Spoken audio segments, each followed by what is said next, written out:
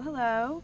My name is Elisa Byrne. I am one of the owners of the Back9 motocross facility, which is here in the beautiful Pocono Mountains in East Stroudsburg, Pennsylvania. My family lives here. I have two boys, Hudson and Grant. They're twins. We love motocross. They race, and we decided to share our backyard with people and open up a practice and training facility here in East Stroudsburg. I'm Hudson, he's Grant. My mom and dad and Zach run the track. We ride on it and we work on it and we always improve on it. We were not the fastest. We were probably behind the pack at the first, and now we're working our way to the front. I am Zach Kleptowski, 34 years old. Been riding and racing dirt bikes since I was 5. Kind of has become my life ever since the age of 13. I have been consistently traveling the country racing, and recently have branched out into freestyle and other areas of motocross and dirt bikes. I've been running tracks for the past 10 years and recently found myself a permanent home here in East Stroudsburg, PA. Hi, my name is Dave. I've been in motocross since 1974. I started out the ripe young age of 21. You can do the math from that. So I've been in it a long time, raced all over the United States and Western Europe. Love the sport, all aspects of motorcycle racing. Known Zach for about 3 years, plus the Byrne family for about a year. Retired, so I have a lot of free time on my hands. We spent many a 12-hour days building the facility here. A lot of work went into it, a lot of poison ivy to recuperate from. One thing that I had brought up to these guys earlier today was that motocross has really transitioned from an individual sport where it was the guy showing up in his van or his pickup truck to families and the parents of the families showing up at the racetrack in their trailer and their RV and spending the day.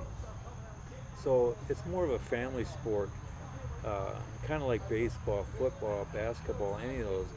One difference is with motocross is that the parents can be on the track at the same time as the kids. As the groups are split up, the 4-year-old kid can ride with their 28-year-old father on the track at the same time.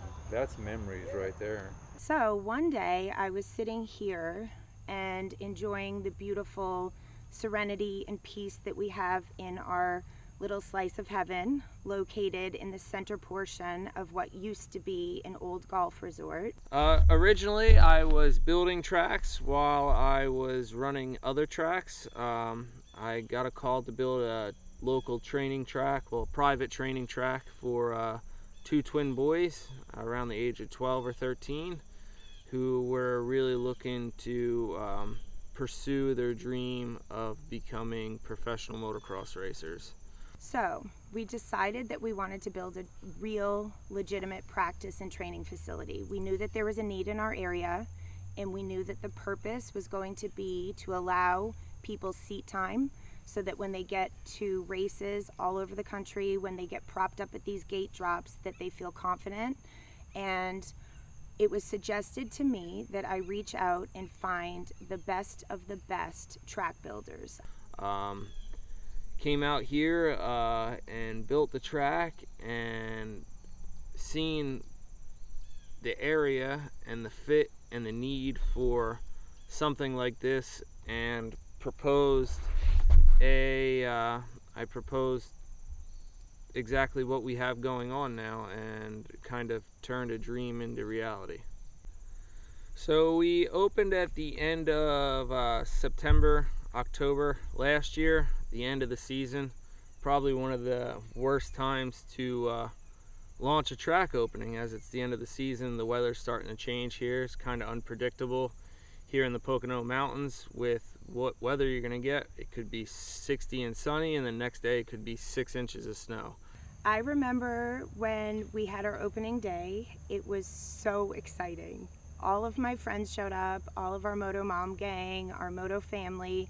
We didn't have the shed yet. We set up our little KTM tent, we got our coolers, and we had our few tank tops sitting on the table, and we braced ourselves. Who is going to come? Are they going to come? Are people actually going to come here with dirt bikes in the back of their trucks?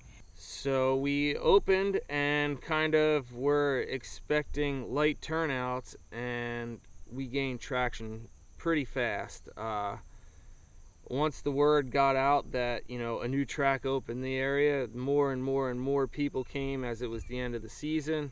A lot of the tracks in the area closed at the time we opened, and no one really has a place to go here in the Northeast after October. So with us opening, it gave everyone kind of a breath of fresh air, a new track, and a perfect location between the cities of Philadelphia, the cities of New York, kind of a centralized location where people from all over the country have been coming. Yeah, this summer it's just been amazing to have all of these families coming here. I mean, I have met people coming through that gate, and I come up here and I watch them, and I just, kind of check it all out, and I see what's happening. And I see moms and dads and babies and dogs, and I see people laughing, and I see people cheering, and I see people achieving goals. I see, a little girl coming around the track, and I see a whole cheering section. I see all these people are now invested. She's gone around the track 5 times. In the 6th time, she clears the double. It's introduced us to a lot of people, and it's just like a place where we can have fun. And my dad, he's getting back into riding, and he comes up here, and it gives a lot of people time to get away and enjoy their dirt bikes and have fun. The track is here for everybody. It's another destination for the Poconos. But right now, the family and the facility here is going through a situation where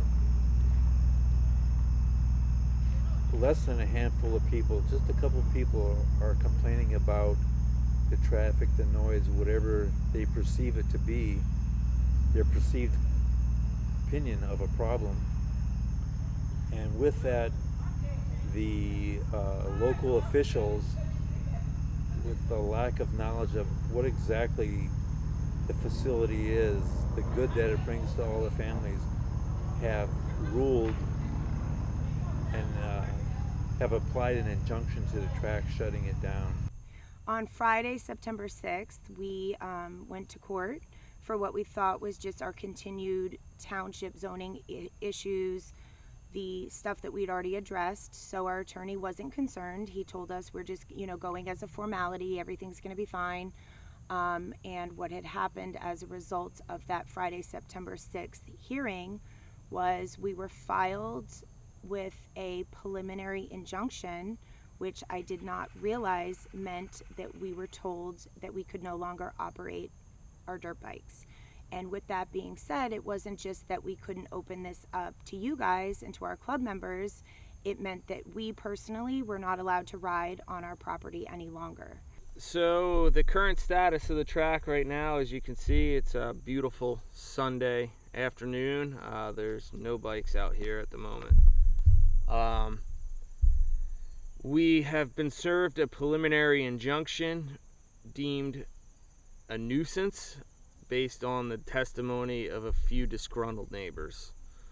So that means that we can't ride until our zoning hearing is cleared up, and B, our nuisance hearing is cleared up.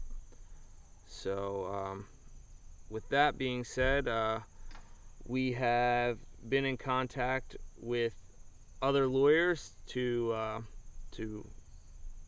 clear this up as fast as we can, and that's kind of where the GoFundMe came from. We are currently closed as of the recording of this video. We are very hopeful. That's why we're here. That's why we're doing this. We are very, very hopeful that with your support, that we will be able to open again. We are grateful. We want to thank you for taking the time to invest in us, in our cause, in dirt bikes, in our community. We have set up a fundraiser. It's a GoFundMe. It is linked on our Instagram page. You could also find it elsewhere. People have been so generous sharing it. My little heart just flutters every time I see someone share it. It keeps us buoyant. You guys are keeping us from getting discouraged. We are grateful, and we hope that you will help us fight to reopen this track, and we're feeling good about it. We see you. We appreciate your support, and we really generally do feel the love from you guys. So you are the ones keeping us in this fight, because it would be a lot easier to just roll over and move elsewhere or just not pursue this. So anyone who's even given kind words and words of support, that goes farther than you know. We can't thank you enough for donating. There's people who have donated to the fundraiser that I can't find. I don't know you. Obviously, you believe in what we do. It makes me feel emotional because I want to thank you.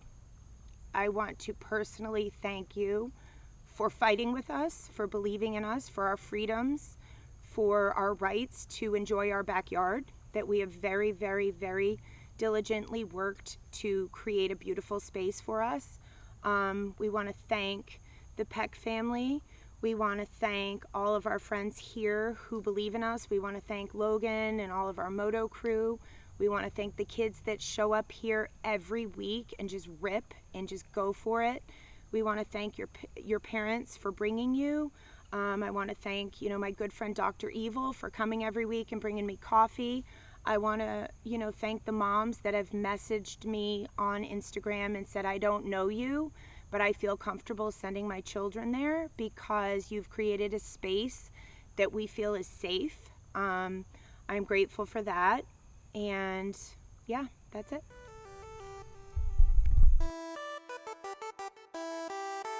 What do you think of this place? This place is sick. Fast track. This place is it's a dream come true, you know.